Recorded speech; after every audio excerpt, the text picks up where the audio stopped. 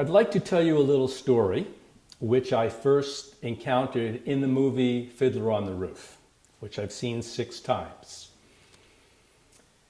This story has stayed with me for many, many years, and it has embedded in it, I believe, a great message that if we lived by that message, all of our lives would flourish.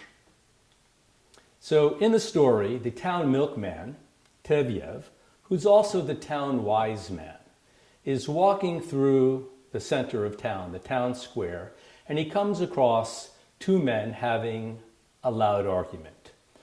One gentleman had sold the other an animal who claimed it was a horse, but the man who bought it later found out that it was a mule, or he thought it was a mule.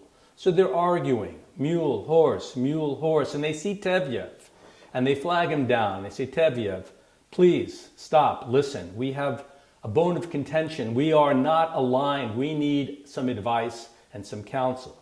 So he said, fine. Tevyev stops and he listens. He puts his milk cart down. The first man, the man who sold him the animal, who claimed it was a horse, makes his case. Lucid, clear, compelling. Tevyev is listening.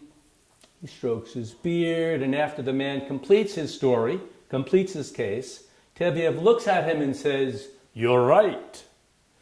The first man smiles. He feels victorious. The second man, however, who's listening to this, is going, no, that's not true. And he makes his case for why that animal was not a horse.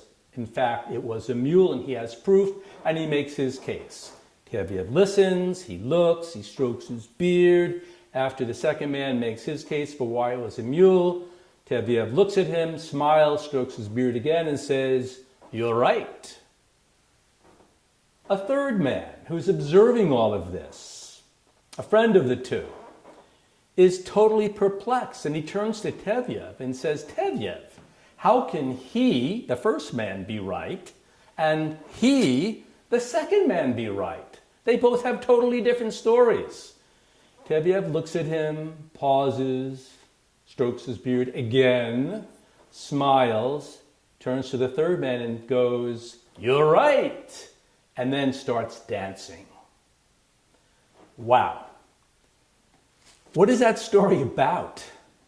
Well, if you peel back the layer, if you peel back the specifics, and you look at the seed or the moral of the story, you see that there's something in us, definitely within Tevyev, the town wise man, that is beyond right and wrong, beyond good and bad. Everyone can make their case. Everyone has a story to tell. Everyone is going to try to convince another person of what's right and become self-righteous in the telling. Tevyev, however, was in a different space. He was tuned into something that was beyond self-righteousness, beyond good and bad, beyond right and wrong.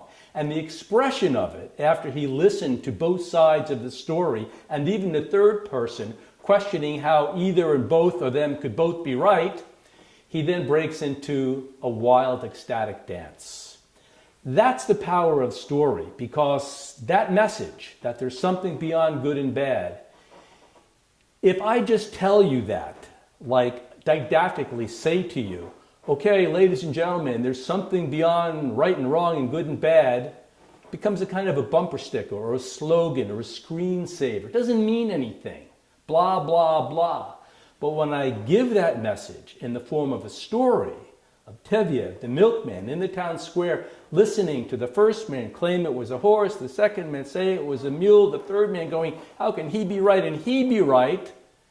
You remember that, and the message of the story sticks, and hopefully whatever you have within you that tends to be self-righteous or tends to get stuck in right and wrong will be, at least for that moment, relieved of that duality and be able to tune into something that is beyond right and wrong.